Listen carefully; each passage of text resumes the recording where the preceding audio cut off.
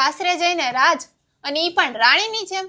સાચું કહું ને મમ્મી, તો જે છોકરી એની માના ઘરે રાણીની જેમ જીવી નથી શકતી ને, ઈ સાસરે જઈને રાજ કરશે? અરે જે છોકરીને પોતાના ઘરમાં પોતાની પસંદના કપડાં પહેરવાનો હક નથી, બહાર જવાની પરવાનગી નથી અને પોતાના સપના પૂરા કરવાની આઝાદી નથી, ઈ બીજાના ઘરે જઈને રાજ નહીં, ખાલી સમજોતો કરે છે.